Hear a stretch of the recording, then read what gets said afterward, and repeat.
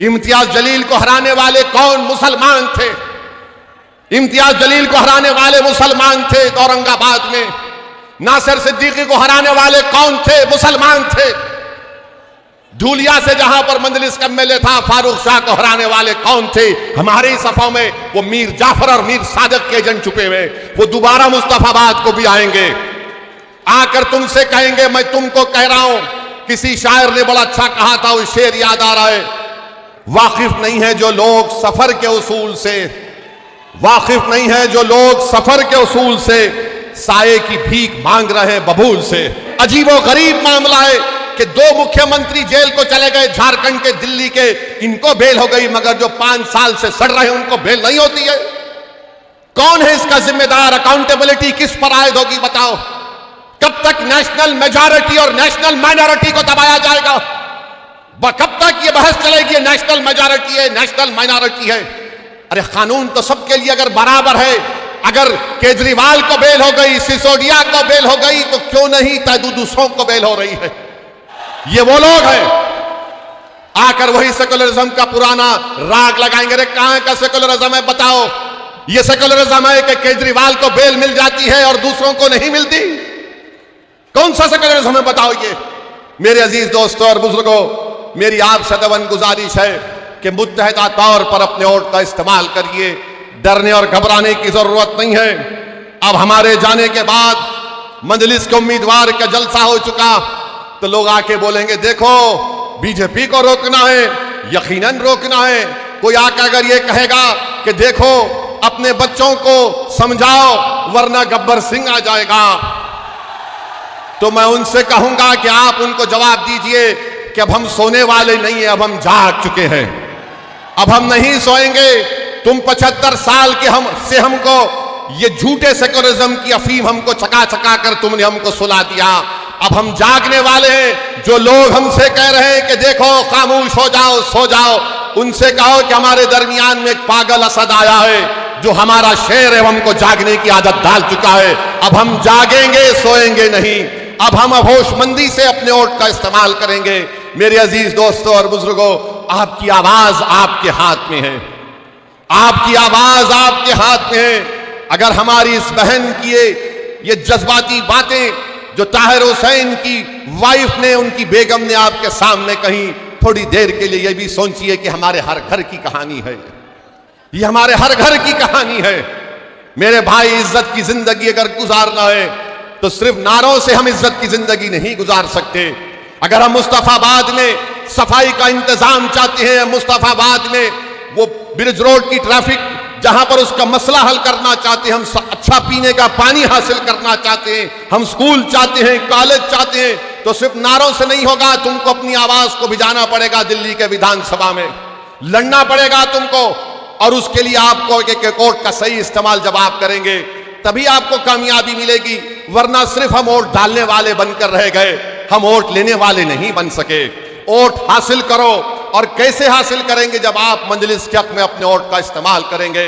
लोग बहुत सी बातें करेंगे, ये नहीं होने वाला है, ये फुला होने का ऐसा होगा। मेरे अजीज दोस्तों और बुजुर्गों, बड़ी बड़ी बातें करते हैं, हम ये स्कूल बनाए, हम फुला किए। अरे मुस्तफाबाद को केजरीवाल मेरे साथ चल के बताओ तुमने क्या काम किया, मैं दिखाऊंगा तुमको।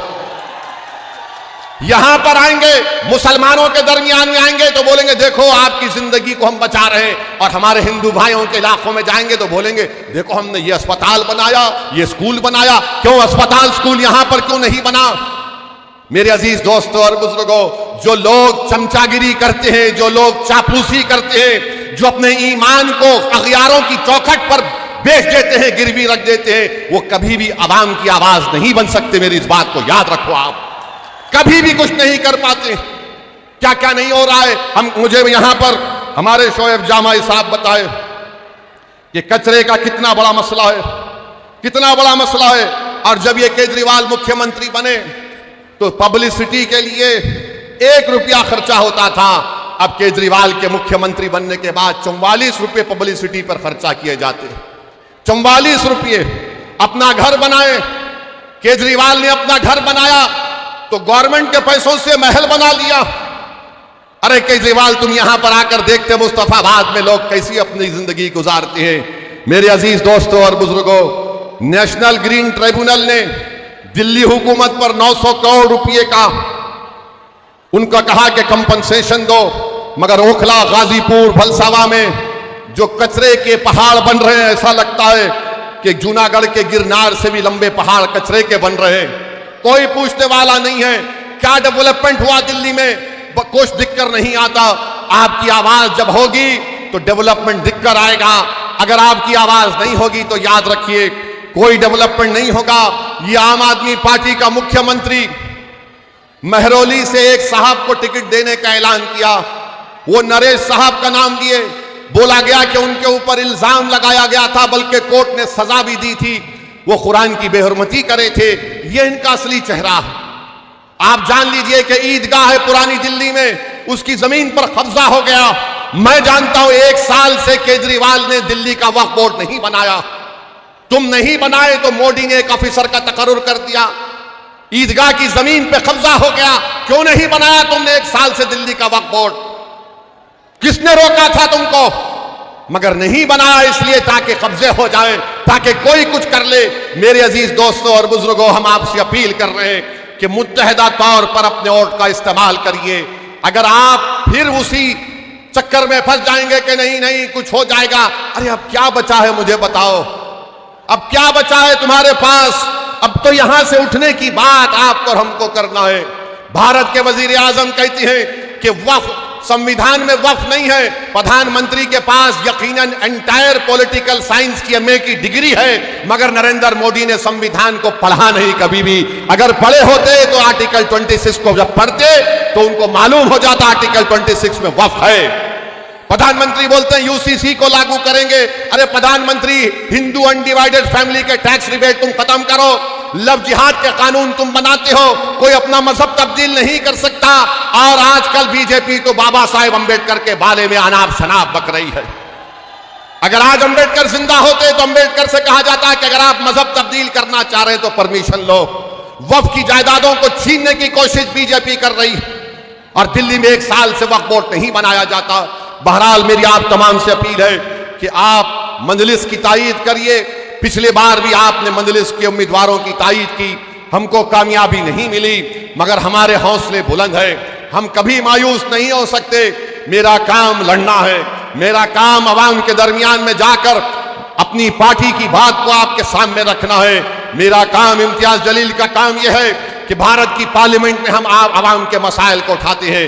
मेरे अजीज दोस्तों और बुजुर्गों, मेरी आपसे अदबन गुजारिश है कि आप हमारे उम्मीदवार की तायीद करें, इनको कामयाब करें। अरे आप अगर इनको कामयाब करेंगे तो यकीन मानिए ये जो बच्चे हमारे लोग जेलों में सड़ रहे हैं, जिनकी जवानियां खत्म हो चुकी हैं, जिनके माँ बाप, उनकी आंखें तड़प रही हैं अपने बच्चों को देखने के लिए, जिसकी माँ तड़प रही है, जिसका ज़ईफ बाप तड़प रहा है, आपसे मेरी गुजारिश है कि एक वोट का इस्तेमाल करिए। ये इलेक्शन आपको एक पैगाम देना है तमाम पार्टीज को, चाहे बीजेपी हो, आम आदमी पार्टी हो, कांग्रेस हो। आपको पैगाम अपने वोट से देना है कि देखो हम अभी जिंदा हैं यहां पर, हम अपने बेटों को, अपने भाइयों को नहीं भूले, हम अपने वजूद का एहसास दिलाएंगे। हम मुस्तफाबाद के विकास के लिए मजलिस को वोट दीजिए, आप देखेंगे सब दौड़ दौड़ कर आएंगे। वरना ये सब पार्टियां जानती हैं बीजेपी किसी मुसलमान को टिकट नहीं देती। नरेंद्र मोदी तो कह चुके हैं कि मुस्लिम औरतें ज्यादा बच्चे पैदा करती हैं। नरेंद्र मोदी तो कह चुके हैं कि मंगलसूत्र निकालकर मुस्लिम बहनों को दिया जाएगा। मगर नरेंद्र मोदी जो बोले, आरएसएस के मोहन भगवत उल्टा कर दिए और मोहन भगवत बोल रहे हैं कि अब देश की जनता को 3 बच्चे पैदा करना चाहिए। अब मोहन भगवत किसको कह रहे हैं मुझे नहीं मालूम। मोहन भगवत पूछ ले नरेंद्र मोदी से कि किस पर इल्जाम लगाया गया था। मगर मेरे अजीज दोस्तों और बुजुर्गों, इन तमाम चीजों का अगर हम जमहूरी तरीके से जवाब देना चाहते हैं तो मेरी आपसे गुजारिश है कि मजलिस के पतंग के निशान पर आप बटन दबाकर अपने वोट का इस्तेमाल करिए। यकीनन बीजेपी को रोकना है, मगर मैं कोई कूली नहीं हूं सेकुलरिज्म का कि मैं 75 साल से मैं ही इस फर्ज को निभा रहा हूं। हम कब तक इस बोझ को उठाएंगे बताओ।